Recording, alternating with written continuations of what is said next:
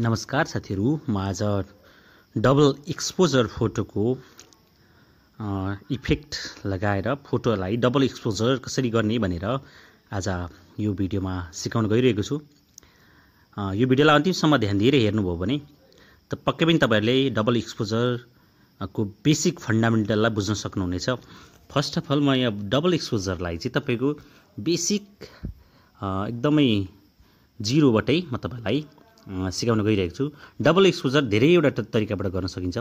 मैले एउटा फोटो अहिले ओपन गरे, यहाँ देख्न सक्नुहुन्छ। यसलाई डुप्लिकेट गर्न चाहन्छु। पहिले यसलाई मैले डुप्लिकेट गरे।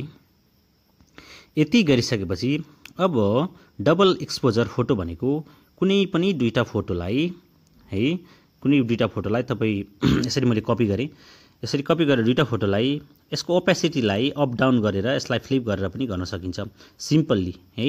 सिम्पली एकदम भन्दाखेरि त्यो भन्दा बाहेक डबल एक्सपोजर गर्ने तरिकामा मैले एउटा फोटोलाई यसरी कन्ट्रोल जे गरेर डुप्लिकेट बनाएर एउटा फोटोलाई फ्लिप गरेर यसरी राइट साइडपट्टि राखे। यति राखेपछि यसको फिल अलिकति कम गर्छु, किनकि म यो फोटोलाई एडजस्ट गर्न चाहन्छु। यसको फिल ओपेसिटीलाई थोरै डाउन गर्छु है। यसरी डाउन गरिसकेपछि यति गर्ने बित्तिकै तपाईले यहाँको विभिन्न मुडहरुलाई हेर्न सक्नुहुन्छ। कुनै यसको मुडहरु यहाँ चेन्ज गरेर हेर्न सक्नुहुन्छ। मोडहरु चेन्ज गर्दाखेरि त यसरी पनि तपाईको डबल एक्सपोजर दुईटा फोटोको एकै ठाउँमा कोल्याप्स भएर यसरी डबल एक्सपोजर टाइपको फोटोहरु देख्न सकिन्छ। यो एकदमै सिम्पल तरिका हो है। यो डबल एक्सपोजरको अलिकति फन्डामेन्टललाई बुझ्दाखेरि चाहिँ नर्मली बेसिक कुरा चाहिँ यति हो है। अब यसैलाई पनि अझै राम्रोसँग गर्नको लागि अब म अझै यसलाई मिलाउँछु। डबल एक्सपोजरमा कुनै फोटो भन्दा माथि अर्को फोटो या कुनै फोटो भित्र अर्को नेक्स्ट अदर फोटो यसरी राखेर पनि डबल एक्सपोजर गर्न सकिन्छ। फोटोहरुलाई इफेक्ट दिन सकिन्छ। यो अहिले मैले बेसिकली सामान्य नर्मली हिसाबले यसरी गरेर यो देखाएँ। यो भन्दा पछाडी फेरि अर्को पनि म तपाईले भिडियोमा यसै भिडियोमा देखाउने नै छु, हेर्दै गर्नु होला। अहिले मैले यसलाई एडजस्ट गर्छु। यति एडजस्ट गरिसकेपछि यो फोटोमा मैले अझै मिलेको छैन, यसलाई अझै मिलाउँछु।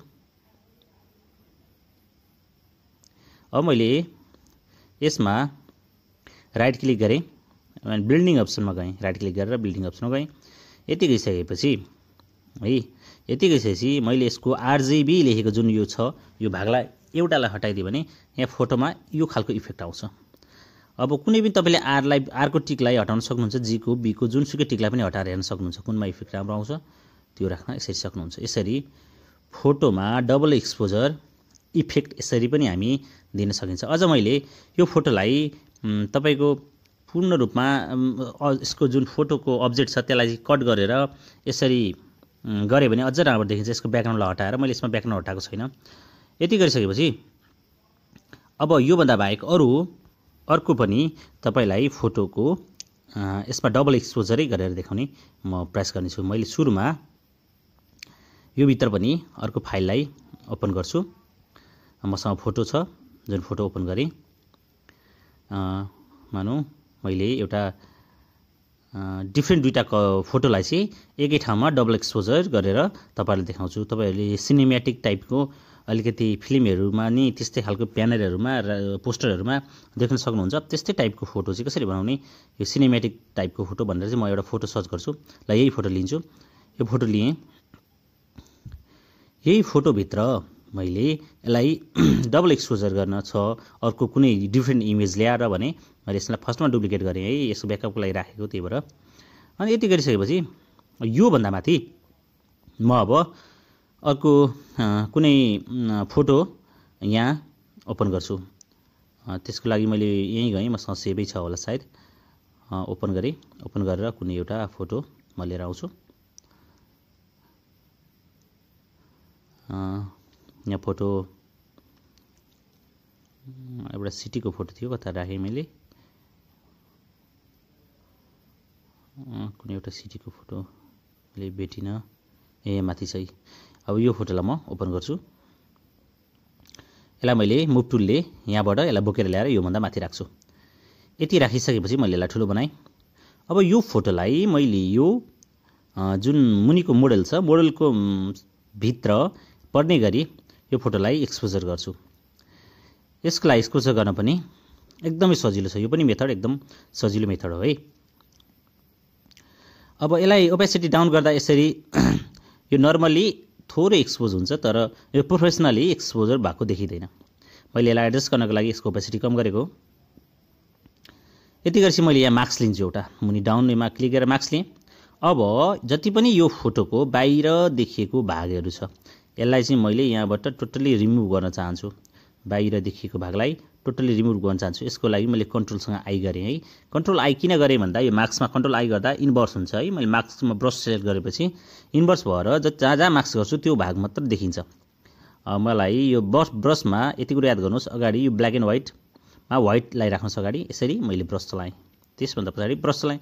अब मलाई यो भित्र मात्र मलाई देखाउनु छ भने यसरी डबल एक्सपोजर सजिलो तरिकाबाट यसरी पनि गर्न सकिन्छ। मलाई कहाँ कहाँ चाहिन्छ त्यो ठाउँमा मैले ब्रस चलाउन सक्छु। ब्रस अलि सफ्ट ब्रस चाहिँ युज गर्नु होला। ब्रसको मैले यहाँ ओपेसिटी 100%, फ्लोलाई 44% राखेको छु। त्यसै गरी ओपेसिटी तपाईँले तलमाथि गरेर हेर्न सक्नुहुन्छ। ओपेसिटीलाई पनि सफ्ट ब्रस भन्नाले ब्लर टाइपको ब्रस भनेको बुझ्नु होला। यति गरिसकेपछि नचाहिएको भाग छ भने त्यसलाई हटाउन सकिन्छ। यो अगाडि अहिले मैले व्हाइट राखेको छु, यसलाई ब्ल्याक राखेर यसरी चेन्ज गर्नुभयो भने पनि तपाईँको डाइरेक्ट एक्स थिच्नुभयो भने नि योनिर तपाईँको डाइरेक्ट चेन्ज हुन्छ। यसरी ब्ल्याक राखेर यसरी रिमुभ गर्नु छ भने यसरी रिमुभ पनि गर्न सकिन्छ। कुन भागमा रिमुभ गर्नु छ त्यो भागलाई रिमुभ गर्न सकिन्छ। फेसबाट रिमुभ गर्नु छ फेस पनि गर्न सकिने भयो। बाहिर राख्दै मलाई यतिकोमा मलाई राम्रो लागेको छ, त्यही भएर म यसमा अरू गरिनँ। यसलाई मैले नर्मल्ली यसरी नै गर्न चाहेँ। यसरी डबल एक्सपोजर फोटोलाई हामीले एडिट गर्दा यसरी एडिट गर्न मजाले सकिन्छ भनेर मैले तपाईँलाई यो भिडियोमा दुईटा नर्मल तरिकाहरू, बेसिक तरिकाहरू बताएँ। अब म नेक्स्ट भिडियोमा तपाईँहरूलाई म डबल एक्सपोजरको अलिकति एक्सपर्ट हिसाबले है त्यो हिसाबले गर्न म तपाईँलाई सिकाउने छु। अलि प्रोफेसनली तरिकाबाट कसरी डबल एक्सपोजर फोटोलाई एडिट गर्ने भनेर म यसमा पूर्ण रूपमा सिकाउने छु। यो भिडियोलाई यतिकैसम्म हेरेर माया दिनुभयो, बुझ्नु भएन भने भिडियोलाई दोबारा तपाईँले यो भिडियोलाई पुश गरेर गरेर हेर्न सक्नुहुन्छ। फोटोसपको विभिन्न कोर्सहरू बारेमा मैले विभिन्न फोटोसप डिजाइन सम्बन्धी भिडियोहरूमा अपलोड गर्दै आइरहेको छु। मेरो भिडियोलाई जसले कन्टिन्यू हेर्नुहुन्छ उहाँहरूलाई फोटोसपको बारेमा कुनै दुविधा छ भने कमेन्ट बक्समा कमेन्ट गर्न सक्नुहुन्छ। म तपाईँहरूको समस्यालाई 1 by 1 हल गर्ने प्रयास गर्नेछु। हस्त, धन्यवाद।